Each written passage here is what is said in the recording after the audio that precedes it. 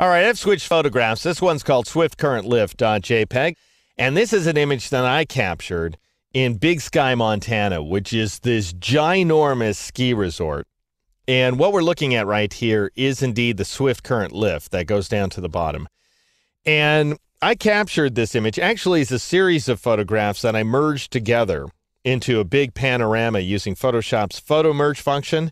And we'll see that in the mastery portion of this series. But I was able to capture the various bits and pieces of this panorama using a little point-and-shoot camera called the Olympic Stylus Tough. It's a great camera to have in your pocket when you're skiing because it's waterproof and it's temperature resistant and it's shock resistant, the whole number. So you can imagine I had it with me in my pocket the entire time. I fell on it a few times. It took a booting and it kept on shooting. And basically it goes back to that thing where the best camera is the one that you have on you. And I wasn't going to take an SLR with me skiing all day long because I would have bashed it to heck. I had quite the fall during this little adventure. And also, it probably would have frozen up. Who knows what would have happened to it. But this little camera worked wonders. And I was still able to capture a very big image here, as you can see. So this wide panorama shot, again, that I stitched together using the photo merge function. And it used to be much bigger than this. I've actually downsampled it for purposes of this exercise.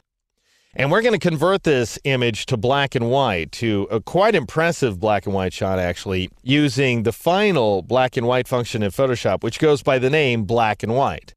And just as with Channel Mixer, you can either apply it as a static adjustment. So you can go up to the image menu, choose the adjustments command, and then choose black and white.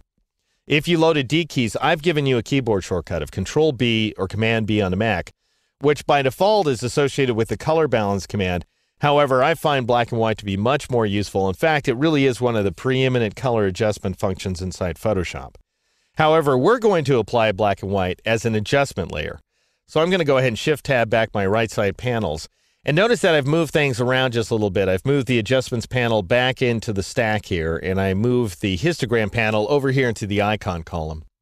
And that's just going to fray us up a little because we have this big wide shot here to contend with. Now, in order to create a black and white adjustment layer, I'll go ahead and expand the adjustments panel here.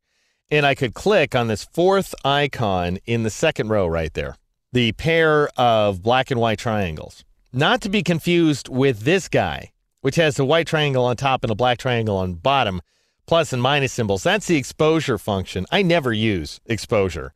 I find it very difficult to control. It's very difficult to get decent results out of it. It was really originally designed for 32-bit per channel images.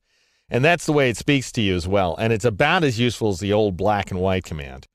Anyway, not to be confused, use this guy right here, the one without the plus and minus. And you click on it, and then you get this big list of options. And notice here that you have independent control over those 60-degree color increments that we first explored in the fundamentals portion of this series. So in other words, we've got our reds, yellows, greens, cyans, blues, and magentas. Equal color increments. Every one of them is equally spaced on the big color wheel. And you have independent control over each one of these guys. So you're not really mixing channels the way you are with the channel mixer. Instead, you're identifying ranges of colors, much like the hue saturation command. You're identifying ranges of colors, and then you're modifying those color ranges independently of each other. All right, I'll say one more thing about this. I'm going to go ahead and press Control-Z, Command-Z on the Mac to undo the creation of that adjustment layer. And I'll go ahead and collapse the adjustments panel for a moment. Again, if you loaded D keys, I've given you a keyboard shortcut. And I robbed it. I can't remember from which of these two commands, one of the auto commands, either auto contrast or auto color.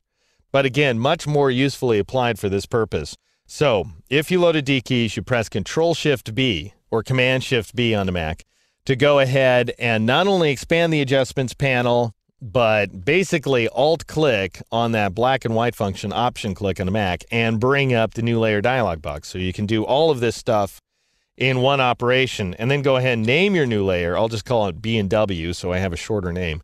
And I'll click OK, and I'm ready to go. And I've got independent control over each one of these color values. Now, notice our default settings here, 40, 60, 40, 60, 20, 80. They add up to 300. So don't get it in your head that these values, unlike the channel mixer values, these guys don't have to add up to anything. It doesn't matter what they add up to at all. And these just happen to be the default settings that come up every time. You can also, by the way, click on auto if you want to. And if you click on the auto button, then Photoshop will make its best guess for this specific image. Now, I've never found it to be terribly successful, but it is there. It's available to you. You also have some presets that you can choose from. So you could choose something like blue filter, which would simulate the effect of having a blue filter on your camera lens, which gives us a very bright sky. Or if we wanted to darken that sky, we could probably apply a red filter here, and we'll get a much darker effect. And actually, that's much closer to what I'm looking for. It's a very dramatic effect, as you can see. But what I'm going to suggest we do, for the sake of learning what's going on here, is go ahead and switch back to default, and then we'll manually adjust these numeric settings starting in the next exercise.